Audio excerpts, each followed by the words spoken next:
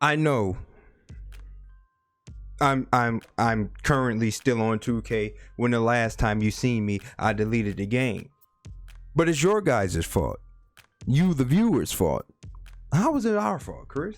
Well, I'll tell you.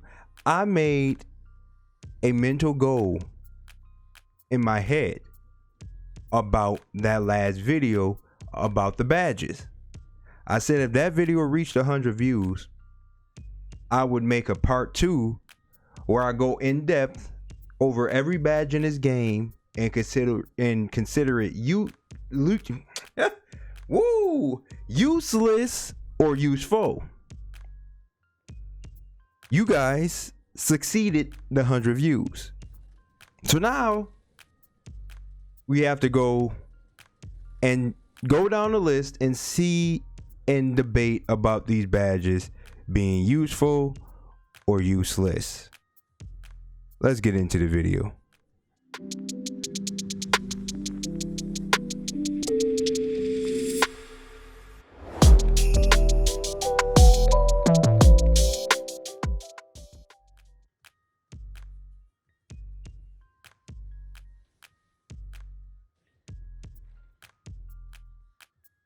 All right.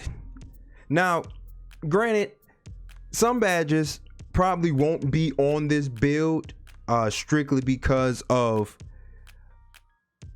the build that it is. Now, I decided to open up a small forward build because they're the most like balanced, I guess, in the game, and they could probably get almost every badge in the game. Outside of some badges that may not be listed at the time. But for those that's not listed on this player, we will still go over them as needed. So with that being said, right, we are going to go into the finishing badges. Now, the first badge we're going to go over is a badge listed right here named Acrobat. What does Acrobat say? Spin, half spin, hop step, euro step, cradle, reverse, and chain shot layup attempts receive a significant boost. Additionally, the ability to beat defenders with these gathers is improved. Is this badge useful or useless? My answer is this badge is useless. How could you say it's useless, Chris? How dare you say that? We're playing 2K22. The 2K community is all about jumping, Y spamming, triangle spamming for PlayStation users. All people do is jump. You get close to the paint, your opponent jumping, the center's jumping. Shoot, even an extra defender may jump. Everybody got chased down artists. Centers got on rim protector. We know how the gather is in this game. You get blocked, body blocked by elbows, knees, booty cheeks, stomachs, legs, anything. So imagine trying to do a gather, imagine having a badge when you have to do a gather that will get blocked before you even finish the gather. Why is this badge in the game? Take it out. The badge is useless. The next badge that's on the list that's not listed on this player is Back Down Punisher. Back Down Punisher for big men. Useful or useless?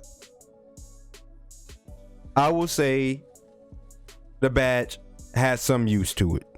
It has some use to it. It's not completely useless. It does have some use, because when you have on Back Down Punisher, you do get some crazy animations, especially if you're stronger than the opponent that you're backing down.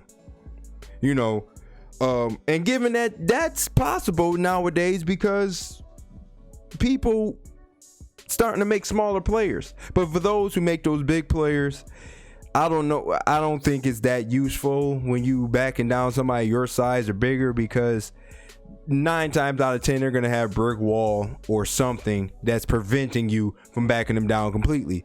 So back down Punisher, that's a useful badge. Dream Shake raises the chances that defender bites when doing fakes in the post. Post move fakes have higher chance of stunning a defender. Also, shot attempts following post moves and shot fakes have an increased shot percentage. Now, Dream Shake is very useful in head-to-head modes and offline modes, strictly because 9 times out of 10 in head-to-head you're probably going to get computer D'd, and people always like to computer D. Usually they pick centers, but now they're starting to do like small forwards, a little they try to do the least used person in the game. Now I have found a way to counteract that by doing post shimmy shots. Post shimmy shots are like almost unguardable, and if you do a post shimmy shot with the real player percentage on and he computer D'ing, you most likely about to score some buckets. But Dream Shake, I'm assuming Dream Shake would kind of cater towards that, but this is 2K. 2K is not logical. 2K doesn't make logic sense. So Dream Shake, it doesn't say. Oh, yes, it does actually. It says post move fakes have a higher chance of stunning a defender. So, yes. Useful or useless? Dream Shake. Well, it depends. It depends on if you're a career player, Dream Shake. If you're a career post player, Dream Shake is very useful for you, because you put real player percentage on, real shot percentage on your jump shot timing, and you post shimmy, fade shimmy the computer, you'll have a ball. Online players is useless, because we know how it goes in the post. There's one post move that gets done in 2K throughout the community. That is the drop step, the unguardable drop step, the drop step that nobody in their right mind can guard. Even if you know what's coming with post move lockdown, he's still going to make that shot because drop step is overpowered. Next finishing badge that's not posted on my list but is posted, drop stepper. Improves the player ability to effectively use drop steps in the post.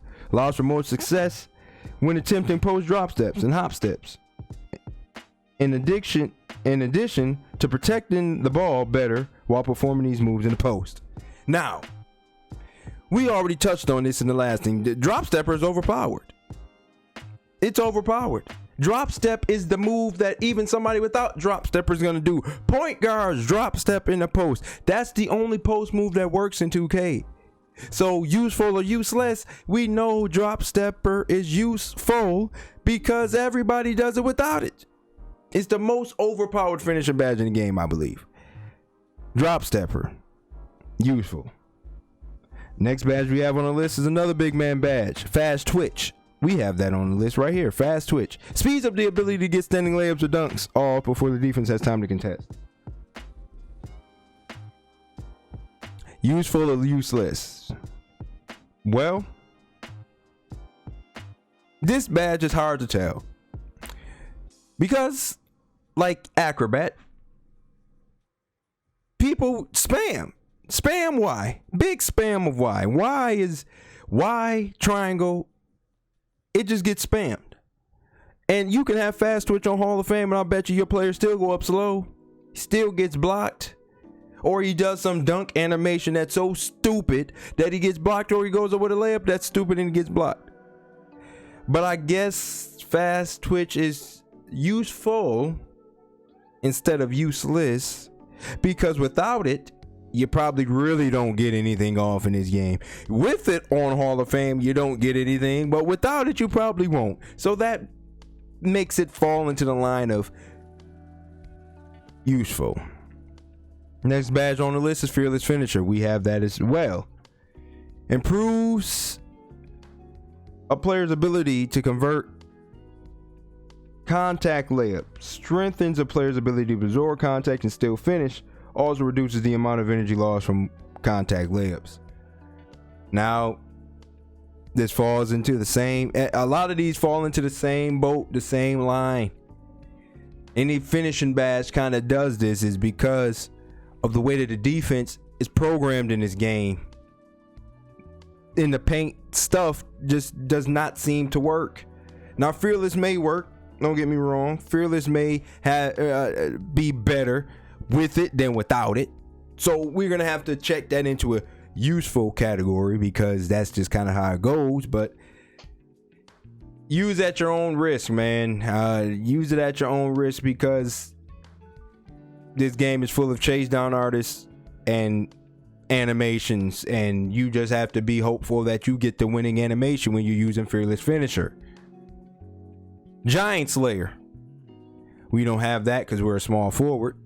Giant Slayer heightens the effectiveness of layups over taller defenders, boosts the shot percentage. For a layup when mismatched against a taller defender, reduces the possibility of getting blocked. Giant Slayer. It's another badge that falls in that boat. Use at your own risk. It can be useful, but it can also be useless, strictly because the defense in this game. If you are going up on a bigger player as a smaller player, better hope your shot don't get grabbed. Better hope that you get the winning animation over him getting the losing animation. But you have to always keep in mind, you're not just going up on the defender that's protecting the rim. You may have gotten past your opponent, but your opponent's going to have chase down on, which means you're liable to get that shot grabbed or get into an animation from chase down artists just to get your shot grabbed by rim protector. As far as being useful or useless, I guess it's useful because it's better than not having it on at all. But use at your own risk. You make that decision. Is it useful or useless for you? Next on the list is Grace Under Pressure. Another big man badge. Gives a boost to standing shots that happens close to the basket. This falls into the line of fast twitch. I guess it's useful for getting offensive rebounds and kind of clearing people out. But once again, we're in a space where it's so much spamming going on and people spamming all the time that it's going to be difficult to even see these badges activate because there's so many animations that go against offense as far as like paint defense that it's going to be difficult to see this badge come to use. But it's one of those things that if you don't have it on, you're probably at a much more of a disadvantage than you would be an advantage. So with that being said, Grace Under Pressure is a useful badge. Hook Specialist. Big man badge, another one. Increase the post hook shot percentage. Gives a boost to post hooks taken from any distance. This badge is useless. Hook Specialist is useless. If you shooting post hooks, well, depends on your game mode. If you play part, you probably have more space, more time to shoot a post hook. Rec, you probably don't. When you get the ball, when you throw the ball down in rec, pro-am, 5v5 settings, you're bound to get double teamed because ain't nobody about to let you work the center like that. And if you're playing a center that knows what he's doing, the hook specialist can become useless because, well, he's going to get a better animation in defending that than you will of making that. Now, of course, if you're cheating and you have the Zen, then your hook specialist is unguardable. And I'm sure everybody want to go put the sky hook on. Ooh, well, 2K knows you want to use the sky hook. That's why they break that. That's why they always break that. The sky hook, I've never seen a sky hook be useful in 2K. I've never seen somebody use a center and just sky hook you to death unless you're playing a 1v1 stage thing out there where boys was doing that. But hook specialist, I'm going to deem that badge useless. I'm deeming that useless. You don't need that on to be effective as a center in the paint at all. Next, we have Limitless Takeoff. When attacking a basket, a player with this badge will start their dunk or layup gather from farther out than others. Now, I'm going to use this. I'm going to say this badge is NA right now, strictly because this is my first time having a player who can get Limitless Takeoff on a higher level with this small forward that you see here, the small forward build that I have.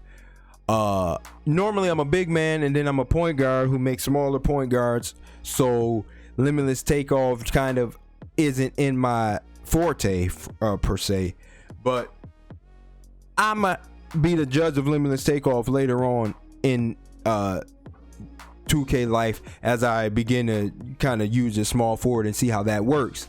Hopefully it works out well. Lob City finisher, it's pretty self-explanatory. Improves the chances of completing a successful alley-oop or dunk. Improves a player's ability to successfully finish an alley-oop, layup, or dunk. The shot must be taken before the receiver lands. I may deem this badge useless. This badge is useless because I don't even have the badge on. I never have the badge on, but my player catches lobs. So I don't know if the badge significance is for completely like boosting or giving yourself a better opportunity to catch lobs, or maybe Lob City finisher just can force your PG or ball handler to throw some boof lobs at you because you can finish them. But 9 times out of 10, most people only throw lobs on fast breaks, backdoor cuts, clean cuts. So Lob City finisher is a badge that I'm going to deem useless. I'm going to deem it useless. Mouse in the house. Sounds good, right? Useless. Badge is useless. Strictly because height matters in this game. Height matters. You don't need mouse in the house to make a layup over a little guy anymore. I'm pretty sure mouse in the house will, probably increase the chance or decrease the chance of the BS happening when you go up on little guys. But you're gonna make the layup over a little dude. That's just the way this game is designed and programmed right now. So mouse in the house is a useless badge. Post spin technician, another post scoring badge. Proves the ability to post spin or drive to work effectively. Attempting to do post spins or drives results in a more effective moves and less of a chance to be stripped. I don't know how to feel about this badge. I know back in the day when somebody would get post scoring takeover and they would post spin you, you're getting out the way. Now, I don't know how it would go. I don't know how it would go right now. I'm gonna deem it. Ooh, what did I just do? I'm gonna deem it useful. I'm gonna deem it useful because I'm pretty sure you'll get some good quality post spins that wreck people who don't have the badge won't get. So I'm gonna deem that badge useful. Yeah, useful. Posterizer improves the likelihood of posterizing your opponent. Useful. I'm gonna say that badge is useful because when you actually play somebody who is right sticking and dunking on everybody, you can get some crazy animations with some posters in this game, man. I mean some crazy animations. If you're using the shot stick dunk, you can get some crazy poster animations. Poster animation. So I'm gonna definitely deem that badge useful. As you can see, I have that badge on. Pro touch. I'm gonna say that's useless. I'm gonna call that badge useless. Strictly because you should not have layup timing on in this game. There's really no point to have it on in this game. I guess if you want to try to make bad layups yourself, then you could have it on, but pro touch is useless. They're very, very useless badge. So I would not recommend I would not recommend pro touch at all. That badge should be removed from the game because nobody's using timing on free throws. Putback boss increases shot percentage when attempting a putback after an offensive rebound. Boost the shot attributes of a player that attempts a putback layup or dunk right after getting an offensive rebound. See, now this badge is misleading. Because I've heard some people say putback balls only activates on putback dunks. You know, the running, sprinting to the basket, hitting the dunk, the X button or square button on the miss. That's where putback balls seems to work or pop up. But when it states that it boosts attributes of a player that attempts a putback layup or dunk right after getting an offensive rebound, it's like, well, if I have it should count for me getting offensive rebound, right? I don't know if that counts for that. I haven't seen or heard anything that proves that it actually counts after a certain time frame after getting a rebound. But if it does, according to what it says, then this badge is very useful for big men or rebounding guards or rebounding players, that if you can get an offensive rebound, get your shots boosted, that seems like a very good thing to do. So putback balls is considered useful. Rise up, make it easier to dunk when under the basket. This again falls into the same line as fast twitch and grace under pressure. It sounds good. It sounds like a useful badge for a big man, a power forward, you know, somebody who is underneath the basket dunking. It sounds like a good badge. But what animation are you going to get when you go to dunk the ball? Is your player going to decide to pull out his Shaq dunk? Is your player just going to go up and dunk? Is your player going to be able to dunk because of the animation game that you might get put in depending on the badges that somebody in front of you has? This badge is another badge that leaves you on edge.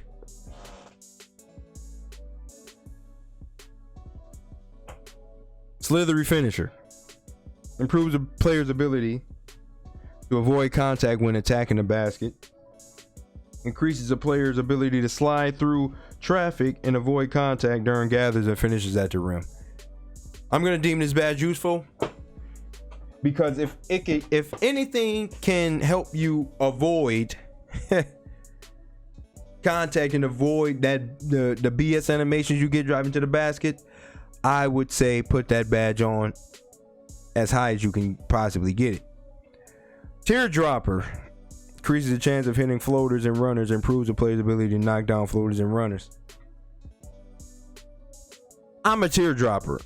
When I play PG, I love doing teardrops. So I'm going to deem the badge useful.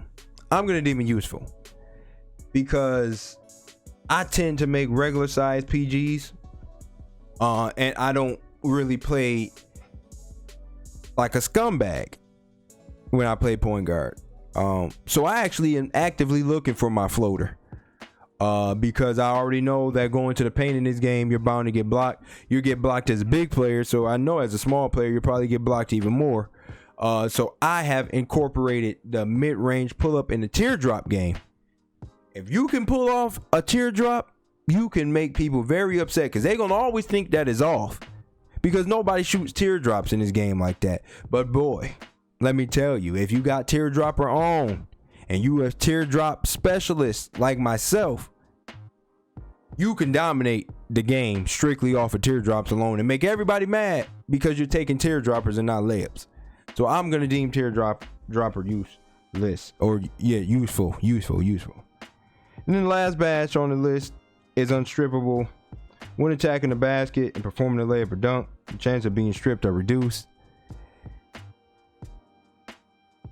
That badge, I guess I'm gonna deem that badge useful, strictly because it's a badge that makes, how should I say,